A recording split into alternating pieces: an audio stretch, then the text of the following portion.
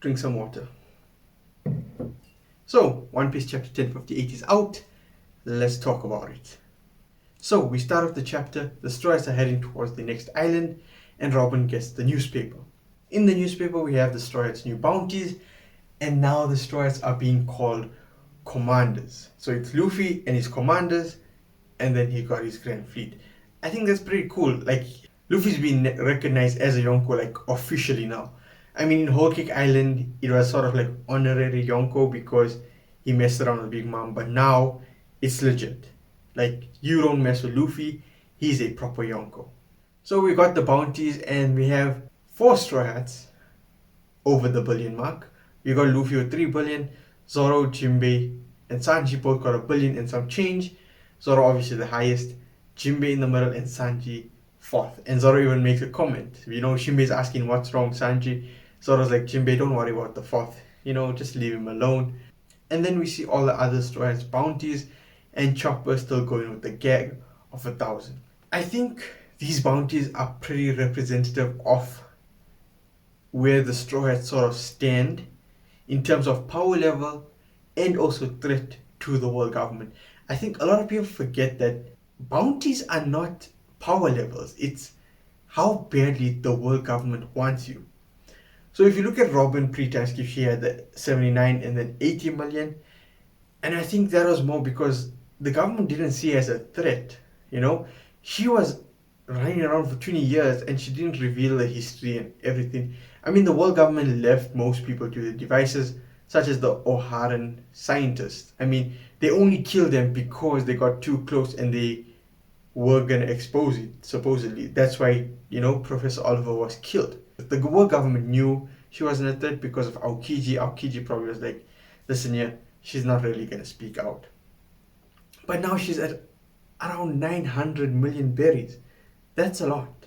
And I think the world government realizes now she is a real threat. Sure, she might not be as powerful as Luffy, Sanji. She doesn't have the power level to give her such a high bounty, but she has the knowledge of the poneglyphs, and Luffy is actually traveling the world and she's reading the poneglyphs. So the world government is like, listen here, right now she's really dangerous. So that's number 5. That's pretty cool. Then we got Frankie with the gag of he's supposed to be in the sunny. Pretty cool. Usopp, crying, don't go any higher. Nami's going, oh, my bounty is so high, I might actually go after myself. I want that money. Pretty funny stuff. But let's move on from the Straw Hats and start talking about Buggy and Cross Guild. And Buggy's up to his same old nonsense of stumbling into success. So Buggy wasn't the one who created Cross Guild.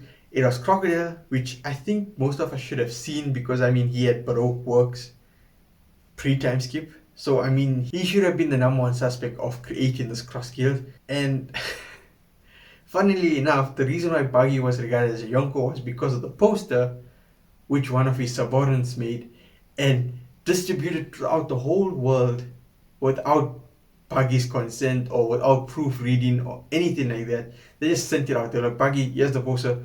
By the way, we already sent out this poster, so we don't need your approval on it. So that's how Buggy became the emperor.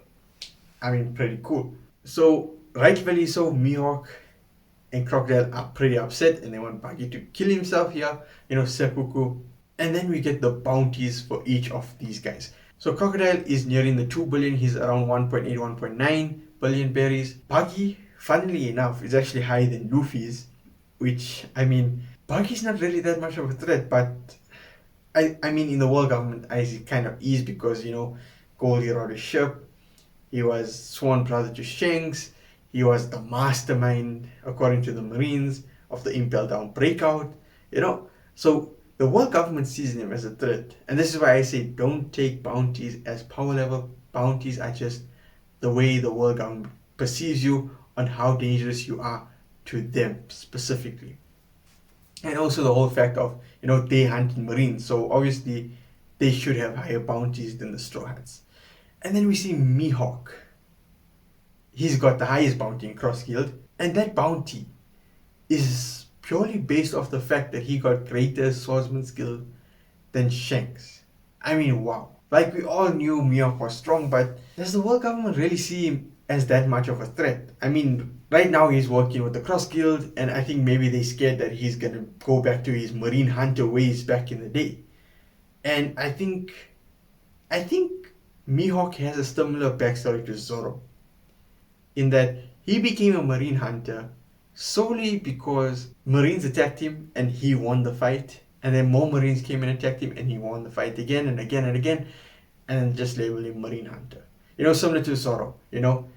He found a bounty of a pirate, he brought the pirate in, got money so he could eat food, and then everybody started calling him Pirate Hunter Zoro. Oh my god, this guy, he'll come, he'll hunt you down, and he'll take your bounty.